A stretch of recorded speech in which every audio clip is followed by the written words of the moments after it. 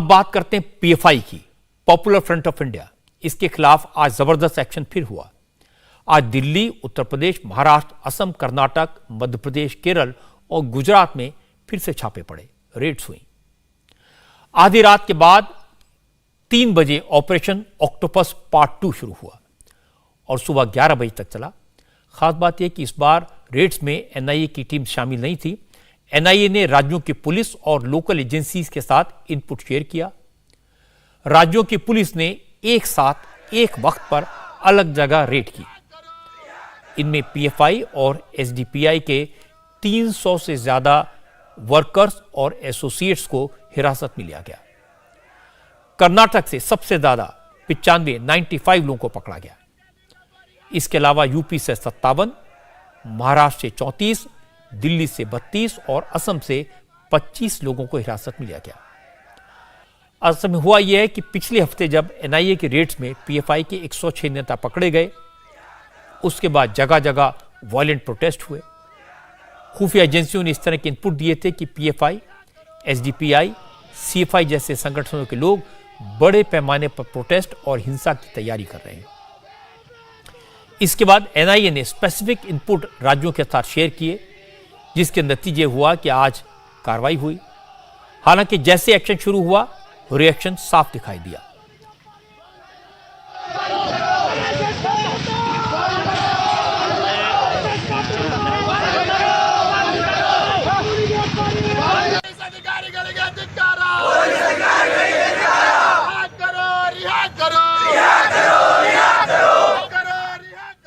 PFI के लोग सड़कों पर उतरे और सरकार के खिलाफ नारेबाजी की। कर्नाटक, केरल और महाराष्ट्र के कई शहरों में पॉपुलर फ्रंट के सपोर्टर्स ने अपने नेताओं की गिरफ्तारी पर खूब हंगामा किया।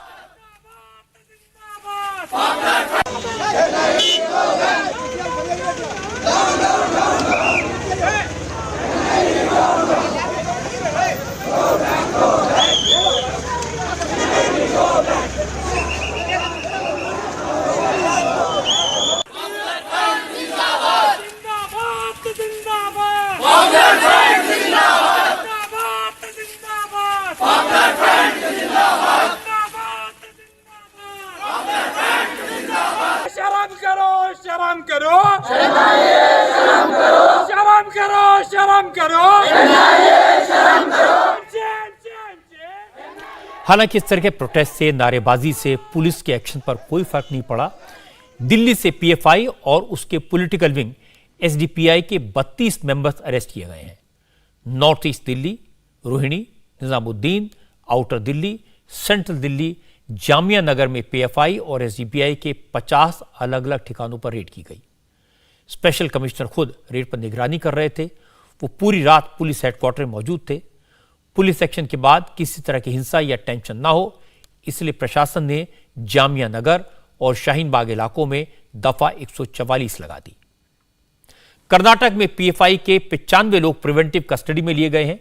पुलिस ने बताया इन लोगों पर सांप्रदायिक हिंसा भड़काने, समाज में अव्यवस्था फैलाने और लोगों को बांटने के इल्जाम में कार्रवाई की गई है। क्योंकि खुफिया एजेंसियों से ऐसे इनपुट मिले थे कि पॉपुलर फ्रंट के कार्यकर्ता कर्नाटक में दंगा कर सकते हैं और इसका सबूत तुरंत सामने आ गया। कर्नाटक में पीएफआई के लोगों ने कई जगह पर महिलाओं को आगे किया। मुस्लिम महिलाओं ने पीएफआई पर कार्रवाई के खिलाफ प्रोटेस्ट मार्च निकाला।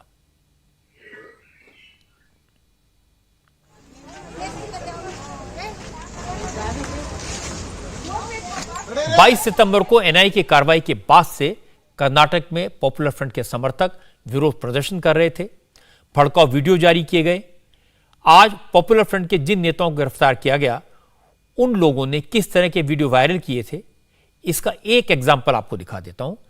इस वीडियो में यह शख्स पीएफआई के प्रोटेस्ट का वीडियो बनाकर कह रहा है कि पीएफआई के लोग ईडी और एनआईए से डरने वाले नहीं हैं, आरएसएस को ऐसा सबक सिखाएंगे कि कभी देखा नहीं होगा, सुना नहीं होगा। आप हमें एनआईए से डराओगे, आप हमें यूएपीए से डराओगे, ये सब चलने वाला नहीं है। अगर आप चाहते हैं पॉपुलर फ्रंट की हिम्मत तोड़ने के लिए, अगर आप चाहते हैं पॉपुलर फ्रंट पर केसेस डाल के डराने के लिए, तो मैं आज पॉपुलर फ्रंट की तरफ से आपको कहता हूं कि हम भी पॉपुलर फ्रंट का हर एक मेंबर ऐसा आपको स्ट्रगल दिखाएंगे जो स्ट्रगल आज तक आरएसएस ने कभी सुना नहीं। कर्नाटक के एडीजी आलोक कुमार का कहना है कि पॉपुलर फ्रंट के नेता राज्य का माहौल बिगाड़ने की कोशिश कर रहे थे। इस बारे में खुफिया एजेंसियों से जानकारी मिली थी, इसीलिए उनके खिलाफ कार्रवाई की गई।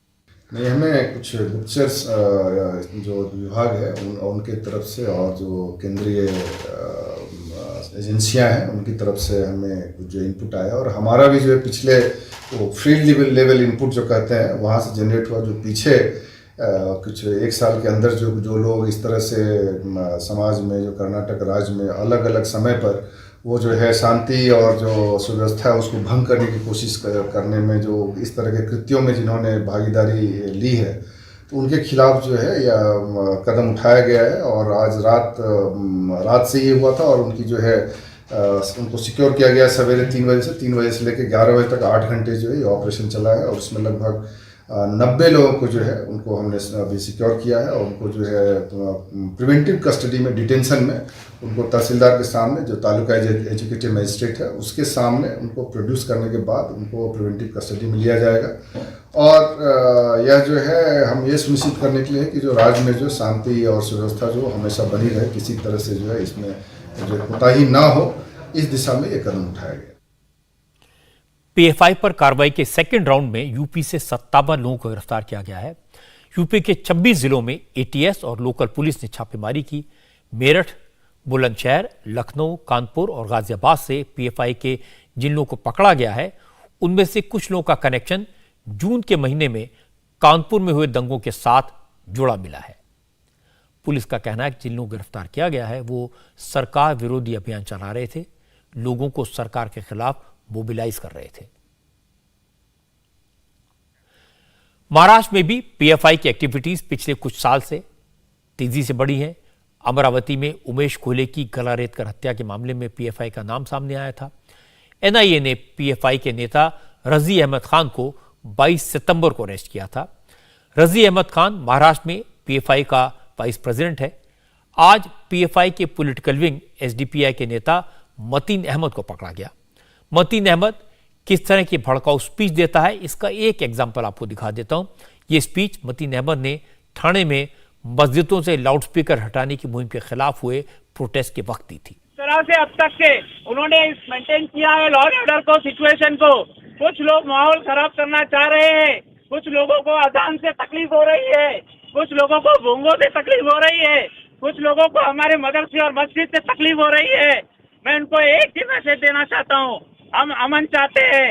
पॉपुलर फ्रंट ऑफ इंडिया का एक नारा है कि हर मजलूम हमारा है, साथ ही साथ दूसरा भी हमारा एक नारा है कि हमको छेड़ो मत, हमको छेड़ेंगे तो हम छोड़ेंगे नहीं। एक भी मदरसा, एक भी मस्जिद, एक भी लाउड स्पीकर पर आपने हाथ लगाने की कोशिश की तो सबसे आगे जिस सब में पॉपुलर फ्रंट ऑफ इंडिया नजर आएगी। पॉपुलर फ्रंट की इसी तरह की गतिविधियों पर लगाम लगाने के लिए आज मुंबई, ठाणे, पुणे, औरंगाबाद, नांदेड़, परभणी, अमरावती और मालेगांव से पीएफआई के 25 मेंबर्स पकड़े गए। इनमें से सबसे ज्यादा 14 लोगों को औरंगाबाद से कस्टडी में लिया गया है। पुलिस का दावा है कि पीएफआई ने 22 सितंबर को एनआईए की कार्रवाई के बाद हिंसा भड़काने की कोशिश की थी। कई शहरों में लोगों को हिंसक प्रदर्शन के लिए उकसाया था। पुणे में एसडीपीआई के नेता ने कहा कि सरकार सिर्फ अपने विरोधियों की मुंह बंद करने के लिए इस तरह का एक्शन कर रही है। पीएफआई पर दंगे और आतंकवाद की साजिश करने का आरोप सही नहीं है। हालांकि महाराष्ट्र के फाइनेंस मिनिस्टर सुधीर मुनगंटीवार ने एसडीपीआई के आरोपों को गलत बताया। कहा कि महाविकास अघाड़ी सरकार के दौरान पीएफआई की ताकत बहुत बढ़ गई थी, वो एंटी नेशनल एक्टिविटीज चला रहे थे, इसीलिए ये गिरफ्तारी की गई। वहीं महाराष्ट्र के deputy chief minister Devendra Fadnavis ने कहा कि जांच एजेंसियां बहुत जल्द पीएफआई की पूरी साजिश का पर्दाफाश करेंगी, देश को बताएंगी कि सामाजिक सहयोग के नाम पर पीएफआई के नेता और वर्कर्स क्या कर रहे थे। जो भी चीजें यहाँ पर हो रही है वो सारी नियम के अनुसार, कायदे के अनुसार हो रही है। जो सरकार के पास पिछले 2-3-5 सालों से लगातार इसकी तफ्तीश चल रही है, उसमें जिस प्रकार के एविडेंस आए उन एविडेंस के आधार पर यह कार्रवाई चल रही है। इसके ऊपर एजेंसीज सही वक्त पर पूरा खुलासा करेगी। मैं किसी के ऊपर ठिकरा नहीं फोड़ना चाहता। पर मुझे ऐसा लगता है कि ये सारा जिस प्रकार का उनका काम था, समाज में दरार तैयार करके और हमारे देश को खोखला करने का काम ये लोग बहुत सिस्टमैटिक तरीके से कर रहे थे, इसलिए ये कार्रवाई आवश्यक थी। मध्य प्रदेश में भी पीएफआई नेताओं की छापेमारी हुई। 8 जिलों से 21 लोगों को हिरासत में लिया गया। इनमें से ज्यादातर एसडीपीआई के मेंबर हैं। मध्य प्रदेश के होम मिनिस्टर नरोत्तम मिश्रा ने बताया कि जिन लोगों को पकड़ा गया है उनके खिलाफ इस बात के पक्के सबूत हैं कि वो माहौल को खराब करने की प्लानिंग कर रहे थे। पुलिस की कार्रवाई है। मध्य प्रदेश पुलिस ने 8 जिलों के अंदर 21 लोगों को पकड़ा है। जो पिछले सप्ताह में 3 इंदौर, 1 उज्जैन के पकड़े गए थे, उन्हीं से पूछताछ में ये लिंक मिली थी पदाधिकारियों की, सहयोगियों की, और ऐसे 8 जिलों के अंदर 21 लोगों को पकड़ा है। पीएफआई पर हाथ डालना आसान नहीं था, और अगर हाथ डाल दिया तो कोर्ट में पीएफआई के लोगों को गुनहगार साबित करना और भी मुश्किल होगा, क्योंकि पीएफआई को चलाने वाले चतुर चालाक हैं। वो कानून की बारीकियों को समझते हैं। उनके इरादे जितने खतरनाक हैं, काम करने के तरीके उतने ही शातिराना हैं। सरकारी एजेंसी कन्विंस्ड हैं कि पिछले 4-5 साल से पीएफआई देश को तोड़ने, अराजकता फैलाने और 2047 तक भारत को इस्लामिक मुल्क बनाने जैसी साजिश को अंजाम देने के काम में लगी हुई थी। पीएफआई ने एक जबरदस्त संगठन खड़ा कर लिया। इसके कम्युनिकेशन नेटवर्क की रफ्तार तेज है, इसलिए पीएफआई, इसके पॉलिटिकल विंग और स्टूडेंट विंग के लोगों को गिरफ्तार करने से पहले कई महीनों की तैयारी की गई थी। आईबी के इनपुट के अलावा एनआईए, राज्यों की एटीएस और लोकल पुलिस ने मिलकर यह काम किया। पूरी सीक्रेसी रखी गई। पहले दिन के रेड में जो लोग पकड़े गए उनसे काफी सेंसिटिव इंफॉर्मेशन मिली। उसके आधार पर आज बड़ी संख्या में लोगों को गिरफ्तार किया गया, लेकिन अभी तो ये शुरुआत है।